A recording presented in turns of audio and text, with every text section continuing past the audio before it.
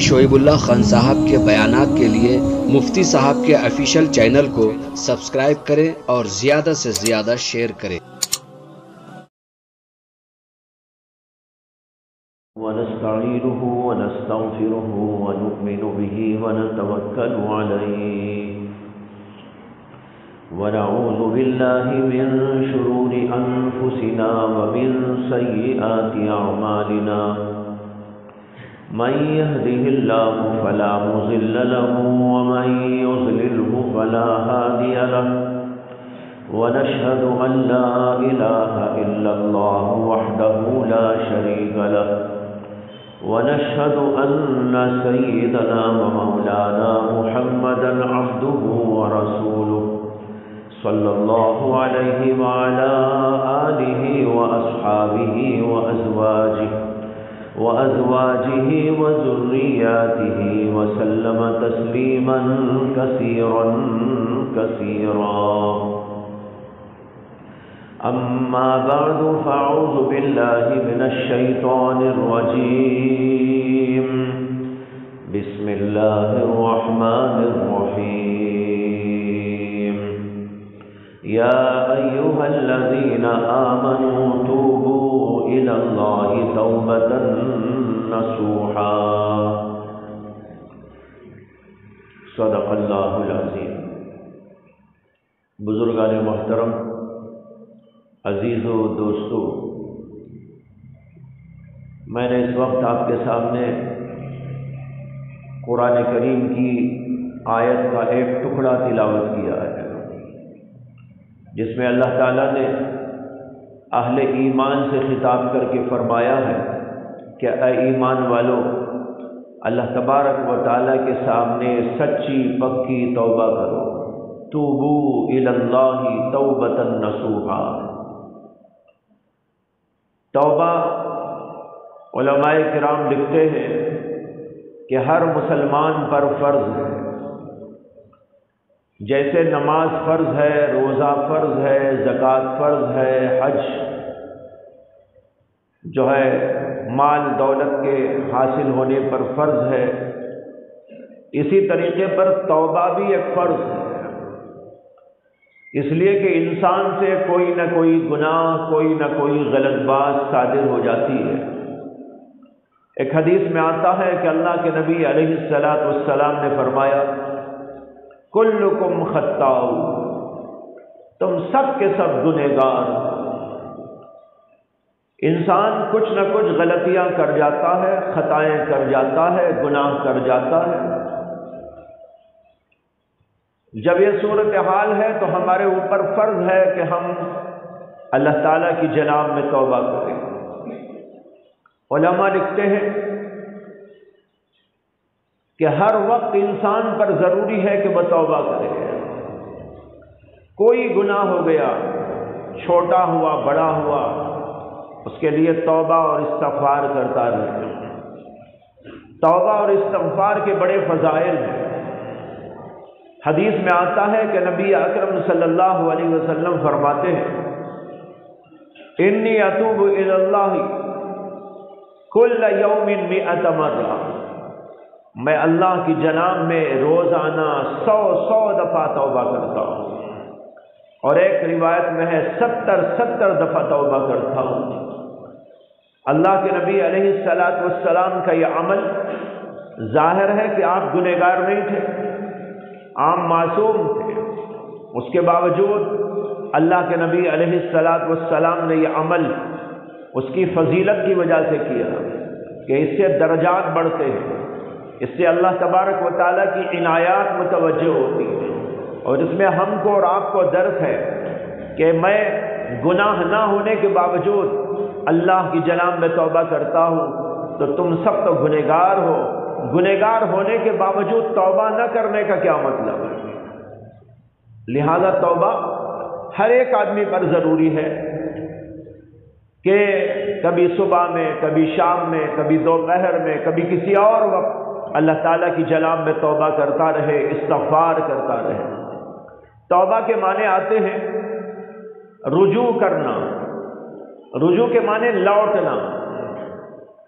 ایک آدمی اپنی اصل سے ہٹ جاتا ہے اور دوسری طرف چلا جاتا ہے تو وہاں سے اپنی اصل کی طرف آ جانے کو کہتے ہیں لوٹنا۔ مثال کے طور پر ہماری بستی ہے بنگلور، ہم یہاں سے چلے گئے دلی، اب جب واپس آئیں گے تو اس کا نام ہوگا لوٹنا، واپس آنا۔ تو توبہ کے معنی ہے واپسی۔ توبہ کو واپسی اس لیے کہتے ہیں کہ جب آدمی کوئی گناہ کر جاتا ہے، معصیت کا ارتکاب کرتا ہے، تو اس کی وجہ سے بندہ اللہ تبارک و تعالیٰ کے قرب سے دور ہو جاتا ہے، اللہ تبارک و تعالیٰ کی رضا سے ہٹ جاتا ہے۔ جب اللہ سے ہٹ گیا، اللہ تعالیٰ سے دوری ہو گئی، اب پھر وہ توبہ کرتا ہے۔ توبہ کے معنی کیا؟ رجوع، یعنی اللہ کی طرف پھر آتا ہے، لوٹ کے آتا ہے۔ اے اللہ، میں آپ کو چھوڑ کر گناہ کر کے چلا گیا تھا، میں آپ سے دور ہو گیا تھا، میں اب معافی مانگتا ہوں، آپ مجھے اپنے دربار میں قبول کر لیجئے۔ پہلے بھی آپ کے دربار کا بھکاری تھا، اب بھی آپ کے دربار کا بھکاری رہنا چاہتا ہوں، لہذا میں لوٹ کے آتا ہوں، مجھے قبول کر لیجئے۔ یہ ہے توبہ کی اصل اور توبہ کی حقیقت، کہ بندہ گناہ کر کر اللہ سے جو دور ہو گیا تھا پھر اللہ کی جناب میں واپس آتا ہے۔ اسی لیے ایک روایت میں آتا ہے کہ جب بندہ توبہ کرتا ہے تو اللہ تعالیٰ بہت خوش ہوتے ہیں، اسے کہ اللہ چاہتے ہیں کہ بندہ اللہ کا بندہ بنا رہے، اللہ چاہتے ہیں کہ میرا بندہ میرے پاس میں رہا کرے۔ جیسے ایک باپ اور ایک ماں یہ چاہتی ہے، یہ چاہتا ہے کہ میرا بچہ میرے پاس رہے۔ اگر کوئی بچہ، کسی کا بیٹا گھر سے دور ہو گیا، ماں باپ کو چھوڑ کر چلا گیا، اب واپس جب لوٹتا ہے تو ماں باپ کو خوشی اور بے انتہا خوشی ہوتی ہے۔ باپ بھی انتظار میں رہتا ہے، ارے بیٹا بھاگ گیا گھر سے، مجھے چھوڑ کر چلا گیا۔ ماں بھی جو ہے کہتی رہتی ہے کہاں چلا گیا، اس کا دل بے چین رہتا ہے، بے قرار رہتا ہے، اور ہر وقت اسی کی طرف توجہ رہتی ہے کہ کہاں ہوگا، کیا کھا رہا ہوگا، کیا پی رہا ہوگا، کون سی بستی میں ہوگا، کہاں چلا گیا ہوگا، کیا حالات پیش آ رہے ہوں گے۔ ماں باپ پریشان رہتے، اور جو ہی بچہ واپس لوٹ کے آ جاتا ہے پھر تو کیا کہنے، ماں باپ کی خوشی کی کوئی انتہا نہیں رہتی۔ ماں اسے اپنی چھاتیوں سے لگا کر لپیٹ لیتی ہے، باپ معانقہ کرتا ہے اور چوم لیتا ہے، ارے بیٹا کہاں چلا گیا تھا، تیری فکر کی وجہ سے نہ ہماری نیند رہی نہ ہمیں چین رہا، واپس آیا۔ تو اگرچہ وہ غلط کام کر کے گیا ہو لیکن ماں باپ اسے قبول کر لیتے ہیں جب وہ اپنے گھر واپس آ جاتا ہے۔ اللہ کے نبی علیہ السلام فرماتے ہیں اسی طرح جب کوئی بندہ گناہ کر کے اللہ سے دور ہو جاتا ہے اور پھر وہ اللہ کے جناب میں توبہ کرتا ہے، اللہ کو بے انتہا خوشی ہوتی ہے۔ کتنی خوشی ہوتی ہے؟ اللہ کے نبی نے اسے ایک مثال دے کر سمجھایا، فرمایا کہ ایسی خوشی ہوتی ہے اور اس سے زیادہ خوشی ہوتی ہے جیسے ایک آدمی ایک جنگل میں جا رہا تھا، ویران علاقہ تھا، جنگل کے راستے سے گزرتے گزرتے ایک جگہ کھانے اور پینے کو بیٹھا، کھا کر پی کر کچھ دیر آرام کرنے کے لیے لیٹا، اور اپنا جو ساز و سامان تھا وہ سواری کے اوپر رکھا ہوا تھا، اسی میں کھانے کا سامان، اسی میں پینے کا سامان، اسی کے اندر اور دیگر ضرورت کی اشیاء تھی۔ گھوڑے پر یا اونٹ پر وہ سارا ساز و سامان لدا ہوا تھا۔ اس آدمی کو نیند لگ گئی، کچھ دیر کے بعد جو بیدار ہوا دیکھا تو اونٹ غائب ہے، اونٹ ہی نہیں ہے، اور جو اونٹ نہیں تو اونٹ کے اوپر کا ساز و سامان بھی نہیں۔ اللہ کے نبی کہتے ہیں وہ کتنا پریشان ہوتا ہے جب اس کا اونٹ گم ہو جاتا ہے، اور کہاں، جنگل میں، جہاں کوئی جاننے والا نہیں، پہچاننے والا نہیں، بلکہ کوئی وہاں رہنے والا نہیں، درندے ہی درندے، شہر بہت دور، جانے کے لیے کوئی سواری نہیں، کھانے کے لیے کوئی ساز و سامان نہیں، انتہائی بے کسی اور انتہائی عاجزی اور مایوسی کے ساتھ وہ آدمی یہ کہہ کر وہاں پر لیٹ جاتا ہے کہ اب تو بس جناب مجھے موت آئے گی اور موت مجھ کو اپنا لقمہ بنا کر لے جائے، جانے کا کوئی راستہ نہیں۔ کہاں جائے گا جنگل میں؟ کیسا جائے گا جنگل میں؟ وہ سواری نہیں، وہ کھانے پینے کا ساز و سامان بھی نہیں۔ وہ مایوس ہو کر لیٹ گیا، نیند لگ گئی۔ پھر کچھ دیر کے بعد پھر اس کی آنکھ کھل گئی۔ آنکھ کھلتے ہی دیکھتا ہے کہ وہ اونٹ جو گم ہو گیا تھا وہ اونٹ پھر کھڑا ہوا ہے ساز و سامان کے ساتھ۔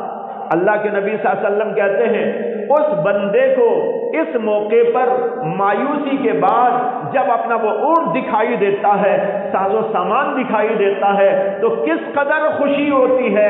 اللہ کو اس بندے پر بہت خوشی ہوتی ہے جب بندہ گم ہو کر اللہ کے دربار سے پھر وہ اللہ کے دربار میں واپس آ جاتا ہے۔ کیا عجیب مثال دی۔ یعنی وہ بندہ جو گناہ کرتا ہے وہ اللہ سے ایسا دور ہو جاتا ہے جیسے کہ وہ اونٹ اس سے دور ہو گیا۔ اب جب دوبارہ وہ اونٹ اس کو مل گیا تو جس طرح خوشی ہوتی ہے اس بندے کو، اللہ کو بھی بڑی خوشی ہوتی ہے کہ میرا بھی یہ بندہ میرے سے گم ہو گیا تھا، میرے سے چلا گیا تھا، مجھ سے روٹ کر چلا گیا تھا اور دور ہو گیا تھا، اب پھر دوبارہ میرے در پہ آ گیا۔ اللہ بے انتہا خوش ہو جاتے ہیں۔ بھائیوں، معلوم ہوا کہ توبہ کی بڑی فضیلت ہے، بڑی اہمیت ہے، اور پھر اللہ کو توبہ کے لیے اعلان پر اعلان کرتے کہ میرا دروازہ کھلا ہوا ہے، دن میں اگر تم نے گناہ کیا ہو آؤ رات میں توبہ کر لو، اور اگر رات میں تم نے گناہ کیا ہو آؤ میرے دربار میں، دن کے دروازے کو میں نے کھول رکھا، میرا دربار تمہارے لیے حاضر ہے۔ چنانچہ مسلم شریف کی حدیث ہے کہ اللہ کے نبی علیہ السلام نے ارشاد فرمایا ان اللہ یبسط یدہ باللیل لیتوب مسیء النہار ویبسط یدہ بالنہار لیتوب مسیء اللیل۔ فرمایا اللہ کے نبی علیہ السلام نے کہ اللہ تبارک و تعالی اپنی رحمت کا، اپنی مغفرت کا ہاتھ دن میں کھولتے ہیں۔ کیوں؟ تاکہ رات کا گنہگار دن میں آ کے توبہ کر لے، اور رات میں اپنا ہاتھ مغفرت و رحمت کا کھول دیتے ہیں تاکہ دن میں گناہ کرنے والا رات کی تنہائیوں میں میرے پاس میں آ کر توبہ کر لے۔ اور توبہ دیکھو اسلام میں ایسی ہے کہ اگر سچے دل کے ساتھ تنہائی میں بیٹھ کر کوئی اللہ کو پکارتا ہے دل کے ساتھ، اے اللہ مجھے معاف کر دیجئے، اللہ تعالیٰ اس کو معاف کر دیتے ہیں۔ کسی مولانا کے سامنے جانے کی ضرورت نہیں، کسی شیخ طریقت کے سامنے جانے کی ضرورت نہیں، کسی بڑے و چھوٹے کے سامنے جانے کی ضرورت نہیں۔ تنہائیوں میں بیٹھو اور اللہ سے توبہ کرو، اللہ کی جناب میں ہاتھ اٹھا کر عاجزی کے ساتھ اور انکساری کے ساتھ رو رو کر گڑ گڑا کر صدق دل کے ساتھ معافی طلب کر لو، اللہ معاف کرنے کو تیار۔ بعض مذاہب میں ایسا ہے جیسے عیسائیوں میں کہ اگر کوئی بندہ توبہ کرنا چاہتا ہے اپنے گناہوں سے تو وہ تنہائی میں بیٹھ کر اپنے گناہوں پر توبہ نہیں کر سکتا، اسے چرچ کو جانا پڑے گا، پادری کے سامنے کھڑا ہونا پڑے گا، پادری کے سامنے اظہار کرنا پڑے گا، اسے کہنا پڑے گا میں نے ایسا اور ایسا گناہ کر لیا ہے۔ اب وہ پادری اس کے لیے مغفرت کی دعا کرے گا۔ جب تک پادری دعا نہیں کرے گا اس وقت تک توبہ ان کے ہاں نہیں ہے۔ لیکن اسلام ہے وہ کہتا ہے تمہیں واسطے کی کوئی ضرورت نہیں، مجھے بلا واسطہ پکارو، تنہائیوں میں پکارو، مسجد میں بیٹھ کر پکارو، گھر کے اندر پکارو، چلتے چلتے پکارو، بیٹھے بیٹھے پکارو، کھڑے کھڑے پکارو، جہاں بھی تم ہو وہاں سے مجھ کو پکارو۔ کسی عالم کے پاس بھی جانے کی ضرورت نہیں، کسی شیخ کے پاس جانے کی ضرورت نہیں، تمہاری مسجد کے امام کے پاس جانے کی تمہیں ضرورت نہیں، بلکہ ڈائریکٹ مجھ کو پکارو، میں تمہاری آواز کو سنتا ہوں اور تمہارے دل کے اندر کی باتوں کو بھی جانتا ہوں۔ یہ ہے ہمارا پاکیزہ مذہب۔ اس میں تو ایک بندے کے سامنے اظہار کرنا پڑتا ہے، پادری کے سامنے جا کے کہنا پڑتا ہے۔ ظاہر بات ہے بہت سارے لوگ ہمت نہیں کریں گے اور ان کی توبہ قیامت تک نہیں ہوگی ان کے ہاں، لیکن ہمارے ہاں یہ ہے کہ کسی کے سامنے کیوں جاؤ، تم سے گناہ ہو گیا، پکارو اللہ کو، تنہائیوں میں بیٹھ کر پکار لو، اللہ معاف کرنے والے ہیں، دل کی گہرائیوں سے پکارو، وہ تمہارے دل کی آواز کو بھی سننے والا ہے۔ تو بھائیو، یہ توبہ بڑی اہم ترین چیز ہے، ہر آدمی کی ضرورت ہے کہ آدمی توبہ کرتا رہے، صبح کرے، شام کرے، دوپہر کرے، جب چاہے کرے، اور اللہ کو پکار کر یہ عاجزانہ التماس کرے، اے اللہ میں آپ سے دور ہو گیا تھا، مجھ سے گناہ ہو گیا تھا، میں نے آنکھ کا گناہ کر لیا تھا، میں نے دل سے گناہ کر لیا تھا، ہاتھ پیر کا گناہ کر لیا تھا، جھوٹ بول دیا تھا، غلط کام کر لیا تھا، سود کھا لیا تھا، رشوت لے لیا تھا، کسی کو دل دکھا دیا تھا، کسی کو میں نے یہ کر دیا تھا۔ جو بھی ہے اللہ سے التجا کرے اور معافی طلب کرے۔ لیکن یہاں ایک بات یہ سمجھ لے، گناہ دو قسم کے ہوتے ہیں۔ ایک گناہ وہ جن کا تعلق اللہ کے حقوق سے ہے، یعنی حقوق اللہ میں کوتاہی، جیسے نماز نہیں پڑھی، روزہ نہیں رکھا، زکوٰۃ نہیں دی، حج نہیں کیا، یا اسی طریقے پر جھوٹ بول دیا، زنا کر لیا، شراب پی لیا۔ یہ جو گناہ ہے ان کا تعلق براہ راست اللہ کی ذات سے ہے۔ ایسے گناہوں سے توبہ کا طریقہ یہ ہے کہ اللہ کی جناب میں ہاتھ اٹھاؤ اور اللہ سے التجا کرو، جیسے کہ ابھی میں نے عرض کر دیا آپ کے سامنے، گناہ معاف ہو جائے۔ دوسرے گناہ وہ ہیں جن کا تعلق بندوں کے حقوق سے ہے۔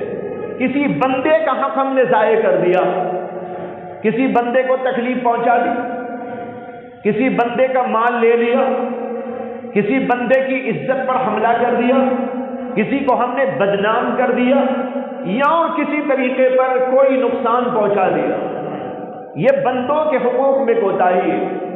اس سے توبہ کا طریقہ یہ ہے، ایک طرف اللہ سے بھی معافی مانگو اور دوسری طرف اس بندے سے بھی معافی مانگو جس کا ہم نے گناہ کیا۔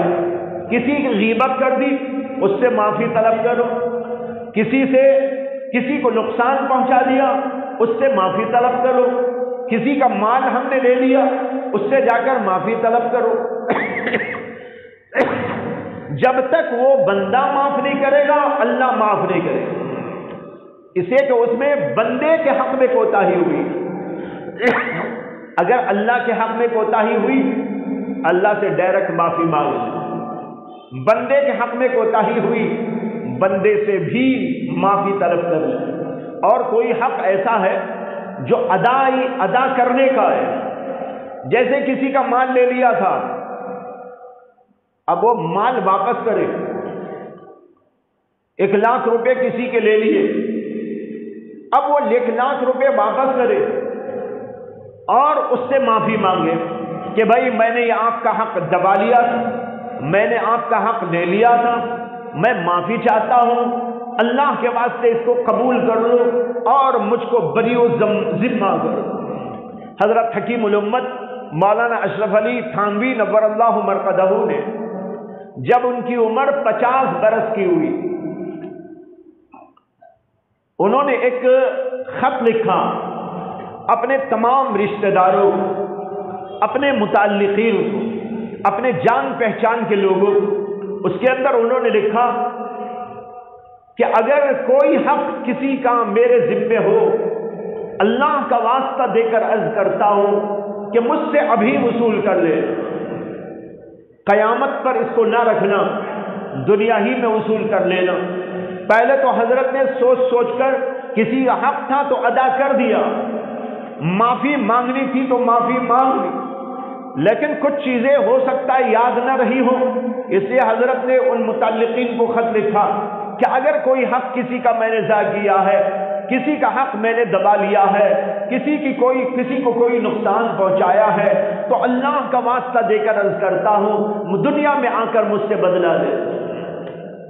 یہ فکر ہونی چاہیے ایک آدمی کو جو آخرت پر یقین رکھتا ہے، حساب و کتاب پر یقین رکھتا ہے کہ بھائی آخرت میں تو بدلہ بہرحال دیا جائے گا، اس سے پہلے دنیا ہی میں اس کو صاف کر لیا جائے، لہذا کسی کا بھی کوئی حق ہمارے ذمے ہو، ابھی دنیا میں ہی اس کی معافی تلافی ادائیگی جو کچھ اس کی صورتیں بن سکتی ہیں اس کو پورا کر لینا چاہیے، اور اللہ کے حقوق ہیں تو اللہ تبارک و تعالیٰ سے معافی مانگ لینی چاہیے۔ علماء لکھتے ہیں کہ توبہ 4 چیزوں کا نام ہے۔ پہلی بات تو یہ ہے کہ ندامت ہو، التوبۃ الندم، توبہ کہتے ہیں ندامت، ندامت کے معنی پشیمانی، دل میں شرمندگی، ارے میں نے ایسا کیوں کیا، مجھے نہیں کرنا چاہیے تھا، کتنا غلط کام میں نے کر دیا، اندر دل ملول ہو رہا ہے، اندر پشیمان ہو رہا ہے، شرمندہ ہو رہا ہے کہ کیسی غلط حرکت مجھ سے صادر ہو گئی، یہ اندر اس کے شرم آ جانا، یہ توبہ کی حقیقت ہے۔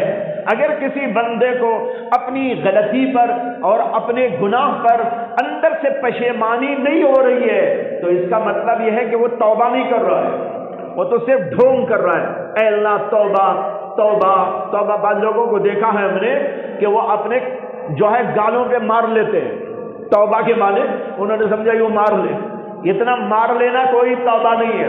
توبہ تو ہے دل میں احساس میں نے غلط کام کیا، نہیں کرنا چاہیے تھا، اسے شرم آ جائے، پشیمانی ہو جائے اور دل اندر سے ملول ہونے لگے، یہ ہے شرمندگی کا احساس، یہ سب سے پہلی شرط ہے توبہ۔ نمبر 2، گناہ سے دور ہو جائے۔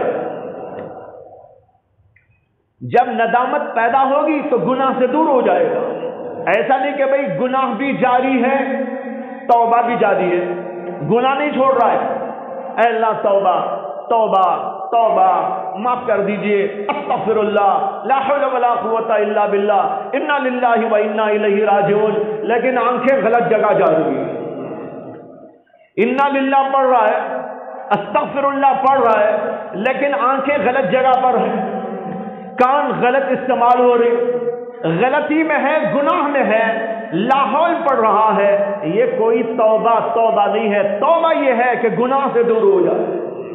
اور تیسری بات یہ ہے آئندہ گناہ نہ کرنے کا عزم کر لے کہ گناہ نہیں کرو گا، کتنی مصیبت آ جائے، کتنا دل پر بن جائے، میری جان چاہے نکل جائے، دنیا والے مجھے کچھ بھی کر لیں لیکن میں گناہ نہیں کروں، یہ دل کے اندر عزم ہونا چاہیے۔ یہ ہوئی 3 چیزیں، ندامت، گناہ سے دوری، آئندہ کے لیے نہ کرنے کا عزم۔ اور اگر بندوں سے متعلق کوئی حق ہے تو ایک چوتھی بات اس کے اندر ہے، اس بندے سے معافی مانگنا اور اس کے حق کو ادا کر دینا۔ یہ ہوئی 4 باتیں۔ جب یہ 4 باتیں ہوں گی بھائیوں، توبہ متحقق ہوگی، اور ایسی توبہ کی وہ فضیلت ہے جو میں نے بتائی آپ کو۔ اللہ نے فرمایا یا ایھا الذین آمنوا توبوا الی اللہ توبۃ نصوحا، اے ایمان والو اللہ کی جناب میں سچی پکی اور دل کی توبہ کرو۔ یہاں پر لفظ آیا نصوح، علماء کہتے ہیں نصوح کے معنی آتے ہیں خالص شہد۔ شہد ایک وہ ہوتا ہے جو ابھی چھتے سے نکالا جاتا ہے، چھتے سے جب نکالتے ہیں تو ابھی وہ خالص نہیں ہوتا، اس کے اندر جو ہے کچھ اور چیزیں مکس ہوتی ہیں، چھتا ہوتا ہے، اسے جب الگ کر لیا جاتا ہے، چھتے کو الگ اور شہد کو الگ کر لیا جاتا ہے تو عربی میں اس کو کہتے ہیں اصل ناصح، یعنی خالص شہد جس میں اب کوئی ملاوٹ نہیں۔ علماء کہتے ہیں اسی لفظ سے یہ لفظ توبۃ النصوح بنا، جس کا معنی یہ ہے کہ خالص توبہ، یعنی اس کے اندر کوئی اور چیز نہیں، وہ دل کے ساتھ، دل کی گہرائیوں کے ساتھ اللہ کی جناب میں توبہ کرے۔ بعض علماء کہتے ہیں نصاحہ کے معنی آتے ہیں خیاطت، خیاطت کے معنی درزی کا کام، سیون جس کو کہتے ہیں نا، درزی، درزی کیا کام کرتا ہے؟ سیتا ہے۔ درزی کپڑوں کو کپڑے سے ملاتا ہے اور سی کر اس کو ایک اچھی شکل دے دیتا ہے، اسی لفظ سے نسوح بنا ہے۔ اور توبہ کو توبہ نسوح اس لیے کہتے ہیں کہ جب بندہ توبہ کرتا ہے تو اللہ سے جو کٹ گیا تھا وہ توبہ اسے اللہ سے ملا دیتی ہے۔ جیسے درزی کپڑے کو کپڑے سے ملا دیتا ہے اور سی دیتا ہے، اور سینے کے بعد ایک خاص اس کی شکل بن جاتی ہے، اسی طریقے پر آدمی جب اللہ سے کٹ کر پھر توبہ کرنے آتا ہے تو توبہ اللہ سے بندے کو ملا دیتی ہے، جیسے درزی ایک کپڑے کو دوسرے کپڑے سے ملا جاتا ہے۔ تو بھائیوں، ایسی توبہ کرنے کی ضرورت ہے۔ اللہ تعالیٰ سے دعا ہے کہ اللہ تعالیٰ ہمیں اور آپ کو سچی پکی توبہ عطا فرمائے۔ وآخر دعوانا ان الحمدللہ رب العالمین۔ آخر میں گزارش کرتا ہوں جامعہ اسلامیہ میں